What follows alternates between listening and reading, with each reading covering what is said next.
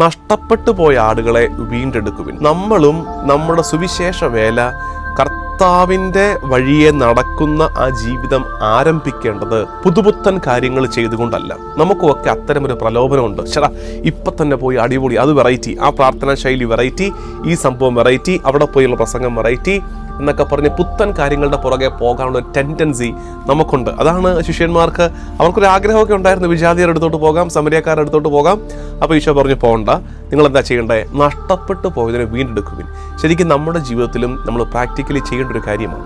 പുതിയ നന്മകളെ തേടി പോകാൻ വരട്ടെ.